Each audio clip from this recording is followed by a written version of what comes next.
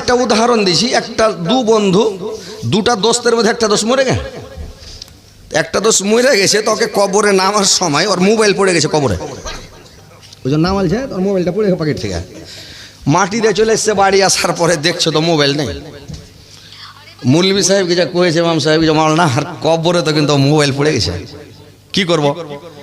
তা এই কয়েছে দেখ একটা কাজ করবি। এটা কিন্তু হাদিসের কথা বললে, আমরা একটা উদাহরণ দিছি আর কি বুঝাইবার লেগে। এই কবরে তোর মৌলভী সাহেব বলে আস্তে করে করে পাটাতনকে হটাইবে সিথানের দিক থেকে, পৈথানের দিকে যায় না, একটু করে হটিয়ে আর ওই মোবাইলটা হাত বাড়িয়ে খালি উঠিয়ে নেবে, কিছু কোনো রকম করে উঠিয়ে নেবে, ঢেকে দেবে।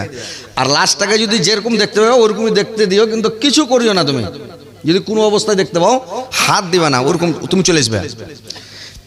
ই কবরে হটিয়ে যদি দেখছে ভিতরে তোর বন্ধু নেই, লাস্টটা নেই, ই খেপা কবরে নেবে যদি দেখছে পাড় দিকে, তো বাড়কা ন্যাশনাল রোডের মতন হয়ে আছে।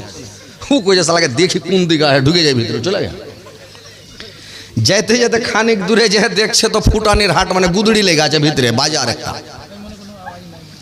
তো বাজার যে লেগে আছে ভিতরে, তো বাজারে যাই কি করেছে দেখছো ওর বন্ধু এক কোনাতে বসে আছে, যেটা মরেছিল বসে আছে। ওর সাথে দেখা বন্ধু এই ঠেকে নে খুঁজে, হাত তোমাকে কবরের নামাইবার সময় আর মোবাইল পড়ে গেছিল, তো মোবাইলটা উঠাইবার লেগে তোমার কবরে ঢুকছে, তো তোমাকে দেখতে পারো না, তখন চলে এসেছি ভিতরে ঢুকে আছে, দেখছি তো বালকা রাস্তা আছে, তো চলে যাই। দেখি মুলবি মানা করে সকে যে ঢুকবে না, কিন্তু ও ঢুকবে, দেখছেন যাবে।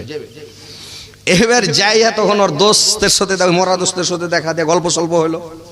দেখ কয়েছে বন্ধু তুমি গোটা বাজারটা ঘুরো দিয়ে চলে যাও, তাড়াতাড়ি দেরি করিও না, এটা দেরি করতে হবে না। আর বাজারটা ঘুরবে কিন্তু কোনাখানে যায় না, কোনার দিকে যায় না। বলে কেনে? তোমাকে মানা করছি যায় না। কইছে শালা মানা কেন করলো, ওখানে যাবো। এই দেখেন মানা কেন করলো, ওখানে যাবো। ওইখানে গেছে, দুনিয়াতে একজনের কাছে পান খেয়েছিল, দুজনের 2 টাকা পাইতো, তো 1 টাকা করে পান ছিল ওই যুগে। খপ করে ধরে গেছে, তুমি তো টাকা দাওনি। কইছে না, একটা কাঁচি টাকা কপালে বসে চাক্কা করে গোসখানি কেটে গেছে, যাও। ই তখন খেপা গোসখানি কেটে চামড়াটা কেটে দিয়া ঘুরে তখন বাড়ি।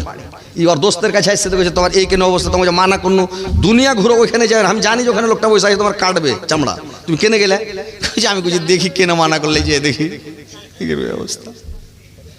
মানুষের এটা অবস্থা হবে। লুত আলাইহিস সালামের কমকে বলেছিল যে পালাইবে যখন, লুতের কমকে পাছে ঘুরে দেখিও না। আর স্ত্রী কইছে দেখি কেন মানা করলে, ঘুরে দেখি। লুত আলাইহিস সালামের স্ত্রী ঘুরে দেখলে ওই যে মাটিকে উল্টাল ছিল, ফেরেশতারা পাখা ভরে কিনা উল্টে দেখলো, আযাবে সুল্লাহর। তো যদি না দেখতো ঘুরে পারলে যেত, তো পালিয়ে যেত। কিন্তু ওই যে ঘুরে দেখলে ওই আযাবে গ্রেফতার হলো, ও উল্টে গেল, শেষ।